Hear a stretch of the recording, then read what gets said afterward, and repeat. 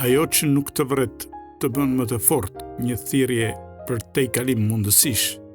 Shpreha e famshme e Nietzsches, ajo që nuk të vret të bën më të fortë, shpesh merret si një formë e thjeshtë e rezistencës ndaj vështirësive, por në një shtjellim më të thellë dhe racional, ajo reket që të dëshmojë një zëshmëri më të fuqishme.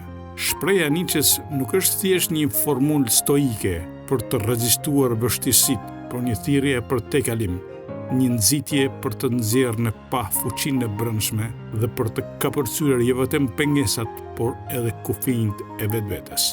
Nietzsche e përdori këtë koncept në kontekstin e vullnetit për fuqi, ku sfida dhe vuajtjet janë mundësi për rritje dhe formësim të karakterit. Ai nuk e sheh vuajtjen si thjesht të padëmshme, por si prova që mund të ndihmojë individin që të njohë veten dhe të kapërcej veten e tij.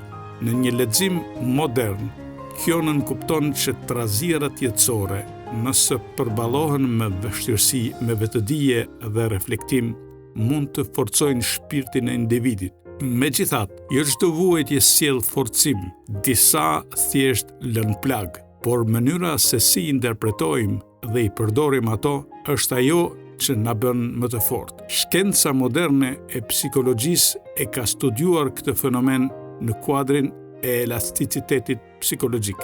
Individet që përballojnë trauma apo vështirësi dhe arrin t'i përpunojnë ato në mënyrë konstruktive, shpesh zhvillojnë më shumë aftësi përballuese, besim te vetja dhe pjekuri emocionale. Megjithatë, jo çdo vuajtje sjell forcim. Nëse një ngjarje është tepër e rëndë, ajo mund të shkaktojë çrregullime post-traumatike, të cilat në vend që të rrisin forcën, mund të çojnë në shpërbërje psikologjike. Ndaj një interpretim më realist i shpresë do të ishte ajo që nuk të shkatron mund të bëjë më të fortë nëse e përballon dhe e përpunon me vetëdije. Në shoqëritë moderne, ky koncept lidhet me idenë e përshtatjes ndaj krizave, qoftë në nivel individual apo kolektiv. Krizat ekonomike, konfliktet politike apo sfidat personale shpesh e detyrojnë individin dhe komunitetin të gjejë strategji të reja për mbijetesë dhe zhvillim.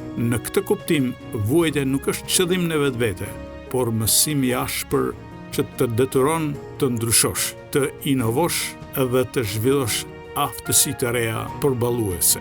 Megjithëse është një shprehje fuqishme, disa sfida mund të dëmtojnë pa kthim. Disa lloje vuajtjesh nuk sjellin rritje, por thjesht shkatrim. Prandaj duhet të pranojmë se jo çdo vuajtje është një bekim i fshehur. Forcimi vjen jo nga vetë vuajtja, por nga mënyra si i qasemi dhe i përballojmë vështirësitë. Ndikimi i sfidave varet gjithashtu nga intensiteti i tyre dhe mbështetja që kemi për t'i përballuar ato.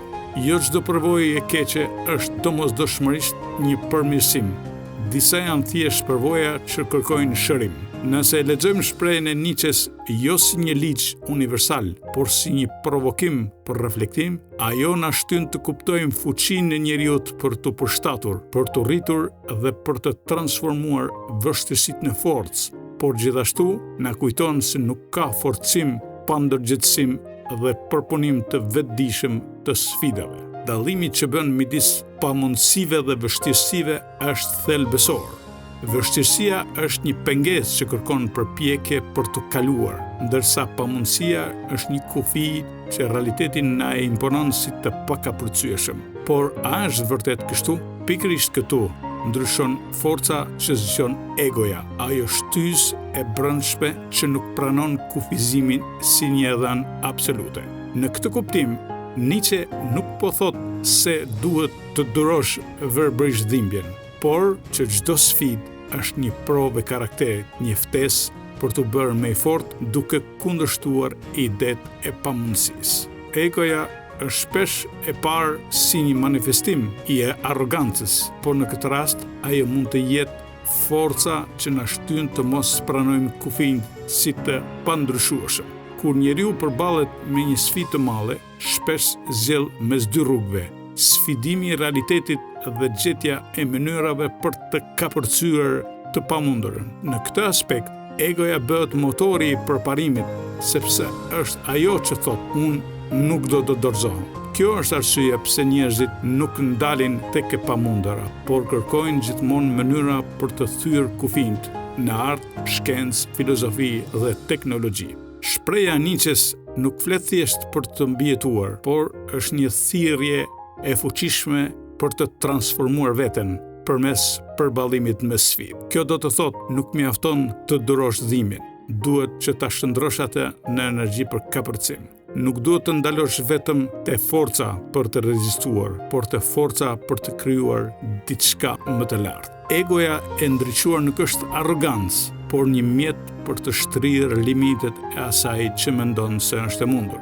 Ajo që nuk të vret, nuk të bën vetëm më të fortë, por të detyron që të rizbulosh veten, të sfidosh të pamundurën dhe të riformatosh limitet e tua.